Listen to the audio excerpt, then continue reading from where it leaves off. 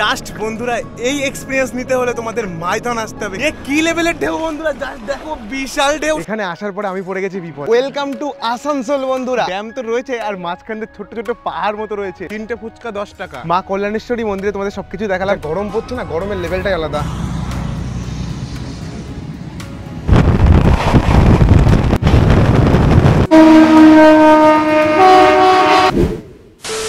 জয় হিন্দ বন্ধুরা, সবাই কেমন আছো? আশা করি সবাই ভালো আছো। আজকের ব্র্যান্ড ব্লগে তোমাদের সবাইকে স্বাগত জানাই। এখন আপাতত দাঁড়িয়ে আছি হাওড়া মেট্রো স্টেশনের সামনে। আর তোমরা থাম্বনেল থেকে বুঝতে পেরেছো আজকে আমরা কোথায় যাবো। আজকে আমরা যাবো মাইথন। আর তোমরাও মাইথন কিভাবে যাবে, ওইখানে গিয়ে কি ঘুরে দেখবে, এ টু জেড সব কিছু তোমাদের ঘুরে দেখাবো। আর তোমরা কোন ট্রেনে গেলে বেস্ট হবে সবই বলবো। তো এখন আমাদের ট্রেনটা কত নম্বর প্ল্যাটফর্মে দিয়েছে আমি জানি না। এখন মেট্রো স্টেশন থেকে উঠে চলে আসলাম। এখন এইদিকে 17 থেকে 23 নম্বরের দিকে গিয়ে দেখবো ওইদিকে ট্রেনটা দিয়েছে নাকি 1 থেকে 16 নম্বর পর্যন্ত প্ল্যাটফর্মের মধ্যে দিয়েছে, ওটাই চেক করতে হবে এখন। তারপর সরাসরি যাবো আসানসোল। তো চলো দেখি ট্রেনটা খুঁজি কোথায় দিয়েছে। কিছুদিন আগে এই আন্ডার ওয়াটার মেট্রো স্টেশনের ভিডিও করে গেছিলাম। তোমাদের যদি ইচ্ছা হয় তোমরা দেখতে পারো, আমি আই বাটনে লিঙ্কটা দিয়ে দেবো। তো এই ভিডিওটা দেখবে তারপরে গিয়ে দেখবে কিন্তু, আর ডেসক্রিপশনেও লিঙ্ক দিয়ে দেবো।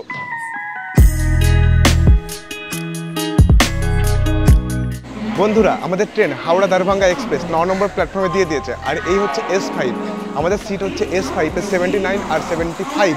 যাই হোক বন্ধুরা, যা গরম পড়ছে না, গরমের লেভেলটাই আলাদা। আর দেখো ঘেমে পুরো শেষ। আর ট্রেন কিন্তু আমাদের অলরেডি 3 মিনিট লেট হয়ে গেছে। আমাদের ট্রেন 11:05 ছিল, এখনো ছাড়লো না। আর আমরা হাওড়া স্টেশন থেকে ট্রেনটা ছাড়ার পরে বর্ধমান স্টপেজ দেবে, তারপরে হচ্ছে দুর্গাপুর স্টপেজ দেবে, তারপরে আসানসোল।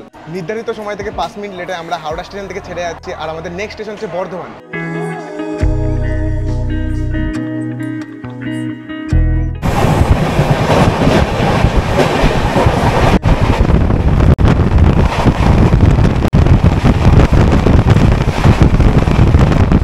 চলো বন্ধুরা, এবার আমি তোমাদের বলি তোমরা হাওড়া থেকে আসানসোল বা বরাকর কিভাবে যাবে। বেশি ট্রেন বলে তোমাদের কনফিউজ করবো না, একটা ট্রেনই বলবো। তোমরা হাওড়া থেকে ব্ল্যাক ডায়মন্ড এক্সপ্রেস ধরে নেবে। তোমরা যাওয়ার সময় টিকিট রিজার্ভেশন করতে পারো, কিন্তু জেনারেলেও তোমরা সিট পেয়ে যাবে। প্রচুর জেনারেল কোচ থাকে, তোমরা ওটাতে যেতে পারো। আরামে তোমরা পৌঁছাবে আসানসোল বা বরাকর, যেখানে তোমাদের সুবিধা মনে হয় সেখানে তোমরা নামবে।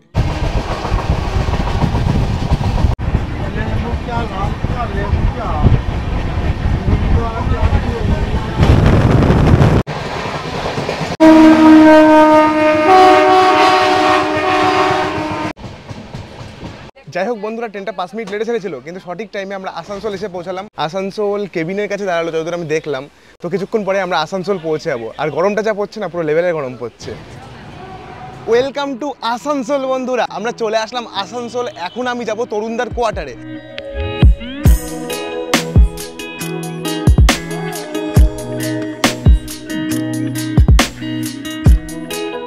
তোমাদের তো বলতেই ভুলে গেছি, আমি এখানে আসানসোল আসলাম এখন এই দুপুর টাইমে। এখন কি মাইথন যাবো? না, এখন আমি মাইথন যাবো না। এখন আমি সরাসরি যাবো তরুণদার কোয়ার্টারে। এখানে আমার একটা দাদা থাকে, মানে আমার বন্ধুর দাদা। ওইখানে গিয়ে আমরা থাকবো। এই গরমের মধ্যে কোথাও ঘোরা সম্ভব না। তো এখন সামনের দিকে বাস স্ট্যান্ডে যাবো, বাস স্ট্যান্ড থেকে বাস ধরে যাবো তরুণদার কোয়ার্টারে।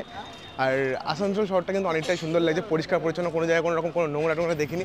মানে নর্মালি আমাদের শিয়ালদা হাওড়া যা নোংরা, তার থেকে অনেক পরিষ্কার এখানে। ওরকম বলছি বলে কিছু মনে করো না, যেটা সত্যি কথা সেটাই বললাম।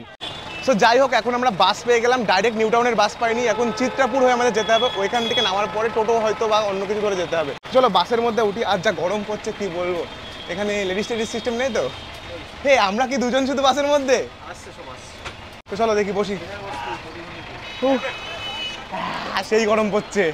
সো যাই হোক, আমরা চলে আসলাম বাস স্ট্যান্ডে। তরুণদা আমাদেরকে নিতে এসেছিল। কেমন আছে বলো দাদা? এখান থেকে কত দূর? 1 minute. The next day. So বন্ধুরা, আজকে আমরা বেরিয়ে পড়লাম 3 জনে। সঙ্গে আছে তরুণদা। এই দাদার কোয়ার্টারে আমরা ছিলাম। দেখে নাও তোমরা একটু, কেমন আছো ভালো করে দেখে নাও। আর এই যে একে তো চেনো, ওই রাজদীপ। একটু ভয় পাই ক্যামেরা দেখে, কথা হচ্ছে এটা। ডাইরেক্ট চলে আসলাম বাস স্ট্যান্ড। আসানসোলের বাস স্ট্যান্ডে আসলাম। এখন দেখি এখান থেকে সরাসরি ডাইরেক্ট মাইথনের বাস পাই কিনা। যদি ডাইরেক্ট মাইথনের বাস পাই তাহলে খুব ভালো হবে। আর চারিদিকে একটু নয়েজ আছে, আর আমি মাইকটাও লাগাইনি, তোমরা একটু কম্প্রোমাইজ করো। এখন একটু পরে মাইকটা লাগাবো। আর এই পাশে তোমরা দেখতে পাবে মাইথনের বাস স্ট্যান্ড। তোমরা যদি আসানসোল থেকে মাইথন যেতে চাও তাহলে তোমরা বরাকর হয়ে ট্রেনে করেও যেতে পারো, আর তোমরা বাসের মাধ্যমে যেতে পারো। আমি বেসিক্যালি বাসের মাধ্যমে যাচ্ছি, কারণ ট্রেনের সংখ্যা খুব কম, তার জন্য বাস এখানে নর্মালি তোমরা পেয়ে যাবে।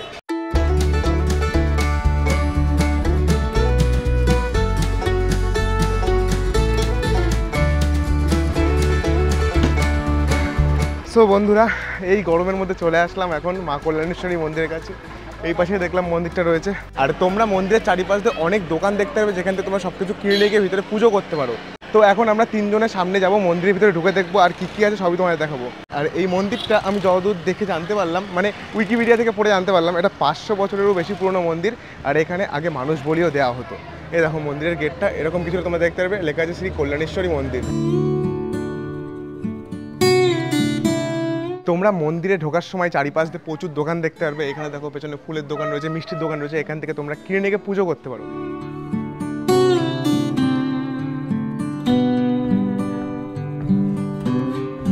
বন্ধুরা আমি এখন ভিতর থেকে বাইরের দিকে বেরিয়ে চলে আসলাম। ভিতরে অ্যাকচুয়ালি ভিডিও করা কোনো রকমভাবে অ্যালাউ নেই, তাই এখন একটু বাইরের দিকে এসে ভিডিওটা করছি।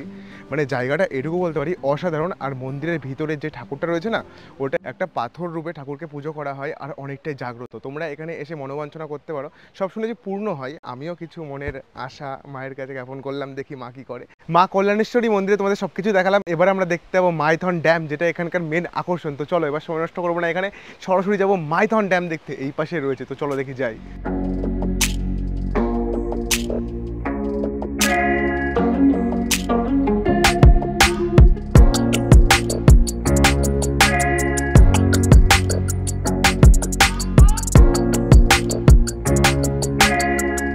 কলকাতার ওই ব্যস্ততা ছেড়ে তোমরা যদি এত সুন্দর একটা পরিবেশে আসো, তোমাদের মাইন্ডটা পুরো রিফ্রেশ হয়ে যাবে, এটুকু বলতে পারি। আমি কল্পনাতেও ভাবতে পারিনি মাইথন ড্যামটা এতটা সুন্দর হবে। আমি অনেক ড্যাম দেখেছি আগে, কিন্তু এত সুন্দর ড্যাম আমি কোনোদিন দেখিনি। মানে দেখো ড্যাম তো রয়েছে আর মাঝখান দিয়ে ছোট্ট ছোট্ট পাহাড় মতো রয়েছে, বিশেষ করে ওইগুলো খুব সুন্দর লাগছে। দেখো মাঝখান দিয়ে ছোট্ট ছোট্ট পাহাড় মতো রয়েছে, মানে জলের মধ্যে পাহাড় মতো, কতটা সুন্দর লাগছে কি বলবো তোমাদের। তোমরা যদি এখানে আসো তাহলে তোমরা বুঝতে পারবে, মানে জাস্ট অসাম এটুকু বলতে পারি। দেখো কতটা সুন্দর লাগছে।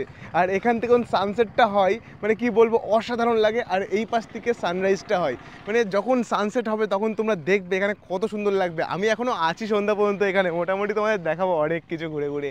আর ওই পাশে রয়েছে নৌকা, নৌকাতে করে সবাই ঘুরতে যায়। এই ড্যামের এখানে চারিদিক দিয়ে নৌকা রয়েছে, স্পিড বোট রয়েছে, তোমরা সব কিছু চড়তে পারো। কিন্তু এই গরমের মধ্যে দেখছি কতটা কি পসিবল হয়। যদি পসিবল হয় এখন চড়বো, কিন্তু বিশাল গরম পড়ছে। এই গরমের মধ্যে চড়া মানে বিশাল কষ্টের ব্যাপার।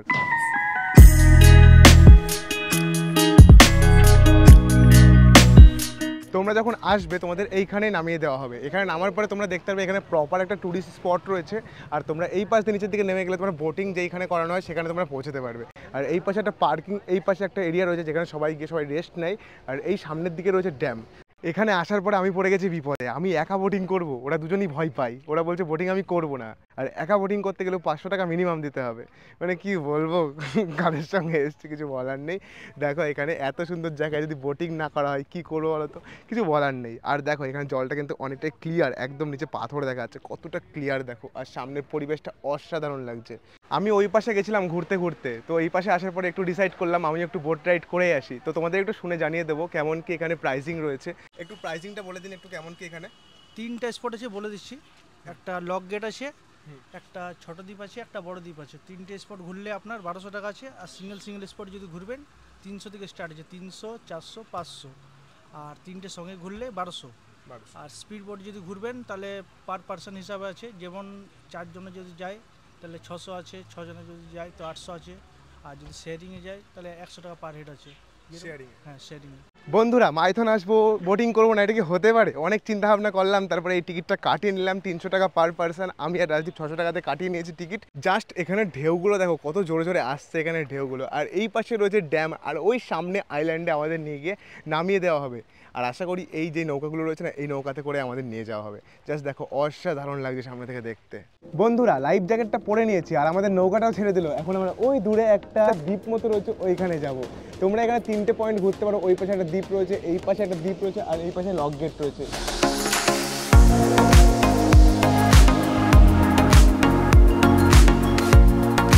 Welcome to Maithon. বন্ধুরা দেখো কত সুন্দর জায়গায় আমরা ঘুরে বেড়াচ্ছি। এত সুন্দর জায়গায় যদি তোমরা না আসো তাহলে আর জীবনে কি করলে। সত্যি জাস্ট দেখো চারিদিকে জল আর আমরা মাঝখানে নৌকাতে করে যাচ্ছি।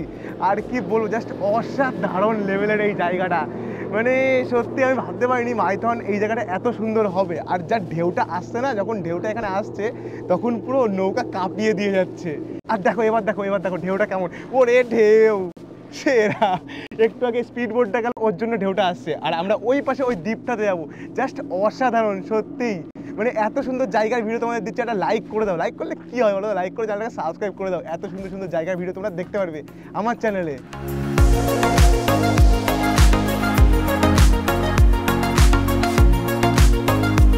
ওই দূর থেকে আমরা চলে আসলাম নৌকাতে করে, অনেকটা দূর থেকে আসলাম। আর ওই দেখো দেখা যাচ্ছে ড্যাম, আর এই পাশে দ্বীপগুলো দেখো কত সুন্দর লাগছে।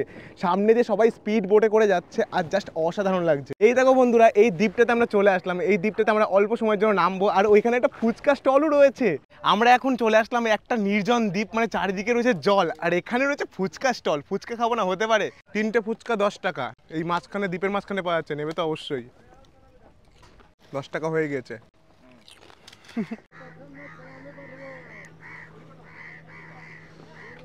সো বন্ধুরা, আমাদের ছোট দ্বীপ ঘোরা কমপ্লিট। এখন সূর্যের আলোটা সেই লাগছে, আর লাইফ জ্যাকেটটা না পরলে বিপদ ঘটে গেলে পরে এখানকার ট্যুরিস্ট ডিপার্টমেন্ট সমস্যায় পড়ে যাবে। তো লাইফ জ্যাকেটটা পরে নিলাম। জাস্ট বন্ধুরা ভিউটা দেখো, পেছনে সানসেট হচ্ছে আর কত সুন্দর লাগছে, মানে ইয়েলো ইয়েলো কালার, আর কত সুন্দর লাগছে।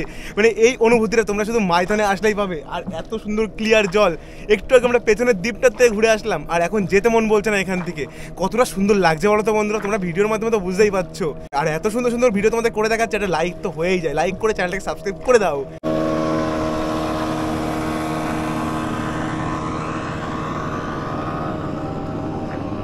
কি বলতো, মানে এখানে যে যাচ্ছি কিভাবে সময়টা কেটে যাচ্ছে। আমি উঠেছিলাম নৌকার উপর অনেকটা সময় আগে, এখন ঘড়ির কাঁটা দেখার পরে পুরো অবাক হয়ে যাচ্ছি। এত তাড়াতাড়ি সময় কাটলো কিভাবে? আমরা ওই পাশে আসলাম, ঘুরে চলে আসলাম, এত তাড়াতাড়ি সময় কেটে গেল কিছু বুঝতে পারছি না। এ কি লেভেলের ঢেউ বন্ধুরা, জাস্ট দেখো, বিশাল ঢেউ, সমুদ্রের বাবা হয়ে গেছে, কি বলবো। ওরে ঢেউ, গেল গেল গেল গেল গেল, এবারে উল্টে গেল। সামনে দেখো, জাস্ট ঢেউটা দেখো, কি লেভেলের ঢেউ, সত্যি সত্যি।